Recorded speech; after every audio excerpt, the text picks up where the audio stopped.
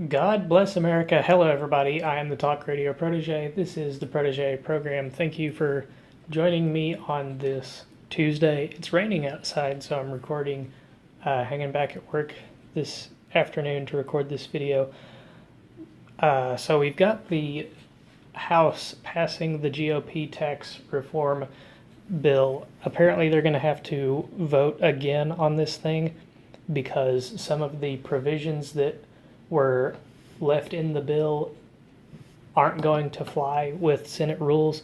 So we're likely going to see the Senate vote on the bill this evening, and then the House will vote on the Senate's bill tomorrow sometime. But it looks like that everything is going to pass. This will be very good for Americans across the board on every level in the long term. Well, the longer than the short term, I guess I should say, and the short term. I don't think that the tax cuts will be retroactive, so there will be one more tax season of making your filing your taxes rather on the old system before we move into the new tax cuts. But businesses are going to start seeing their taxes go down. Businesses have to pay taxes quarterly as opposed to individual payers who only pay annually. Now, this bill has been called extremely unpopular by several sources, including the New York Times and CNN. The New York Times actually quotes the CNN survey as their source for the bill being unpopular. And I wanted to have a look at that survey, so I've got it pulled up here. And they say that let's just skip down to the part that I'm interested in. They break down the respondents by these different categories, and they ask about the tax plan somewhere in here.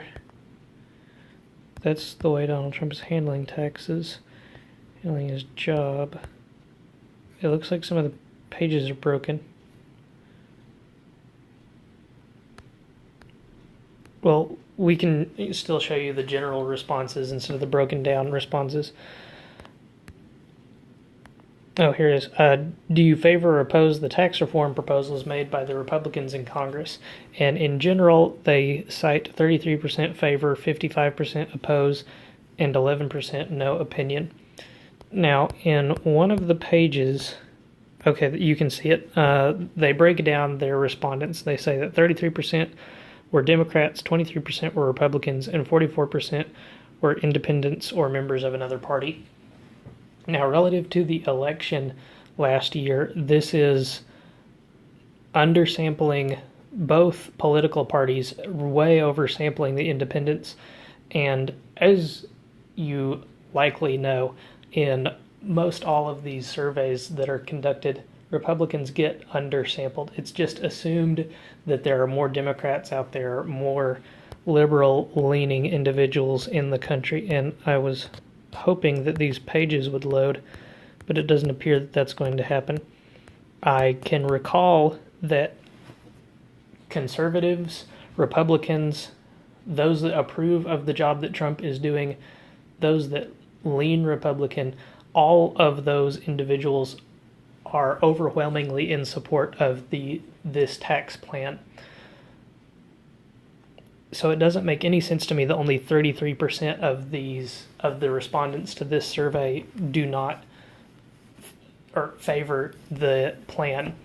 The conclusion you could draw from looking at this, based on the assumption that all of the Republicans responded that they favored the plan, and assuming that independents are going to more or less believe what the media tells them about the plan, you could say that's where the 55% disapprove or oppose comes from, is that you have the 33% Democrats that oppose the plan, and you have the sheeple, quote-unquote, independents that believe what the media has been spinning about the plan and therefore believe that these wrong things about the plan.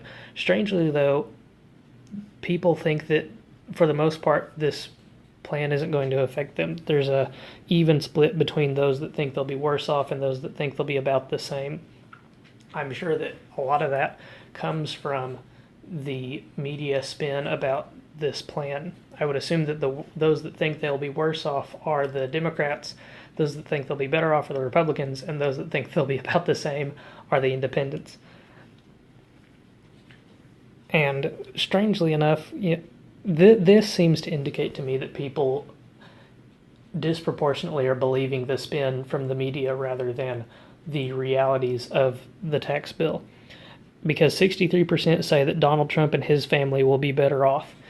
And that just indicates to me that you do have a lot of sheeple that are responding to this survey. You don't necessarily have a representative sample of people that are thinking for themselves, people that are examining the facts about this bill and responding to that. Now, I wanted to show you this survey because I also wanted to talk about this story from the American Mirror. Pelosi bails on tax cut protest after only a handful of activists show up. Now, remember what we just read. We just read that at a minimum, 55% of the country, that's what they're pushing this as, 55% of the country opposes this bill. In other places, they've said that as much as 63% of the country opposes this bill. And yet, Nancy Pelosi can't get enough people to show up to her protest so that she feels justified in giving a speech to condemn this bill. The demonstration was so weak, according to MSNBC, that Pelosi herself didn't even bother to show up. I wonder if they have a number. They have this quote here that I think is funny. These protests have never been like what we saw with the healthcare law. Remember, Obamacare was very unpopular at the time that it was passed. There were protests, there were town halls full of angry people, there was all kinds of stuff going on that should have indicated to representatives that that was an unpopular bill. And we're being told that this tax cut bill is just as unpopular, and yet the protests that should be happening that would demonstrate that the bill is unpopular are so weak and fragile that the speakers, the Democrats, don't even feel like showing up to their own protests. I'm hoping that they have a number of attendees in here somewhere, but I'm just not seeing it. I don't think that they actually do report a hard number. That is very interesting to me. That's going to do it for this video. I didn't spend a lot of time preparing for this one, but I did think that it needed to be reported, the latest on this tax bill. The preparations, the presentation of the Politico blockbuster story is not completed, but I have read through the entire thing. I have my thoughts set in order, and I have what I want to talk about prepared. I'm going to be putting together that presentation, recording that video this evening, and it's going to drop tomorrow, so make sure that you subscribe and hit the bell for notifications. You won't want to miss that because this is huge. This is possibly the biggest scandal of Obama's presidency. If you enjoyed this video, make sure you hit that like button, and please come back for our next installation. Until then, good night and God bless.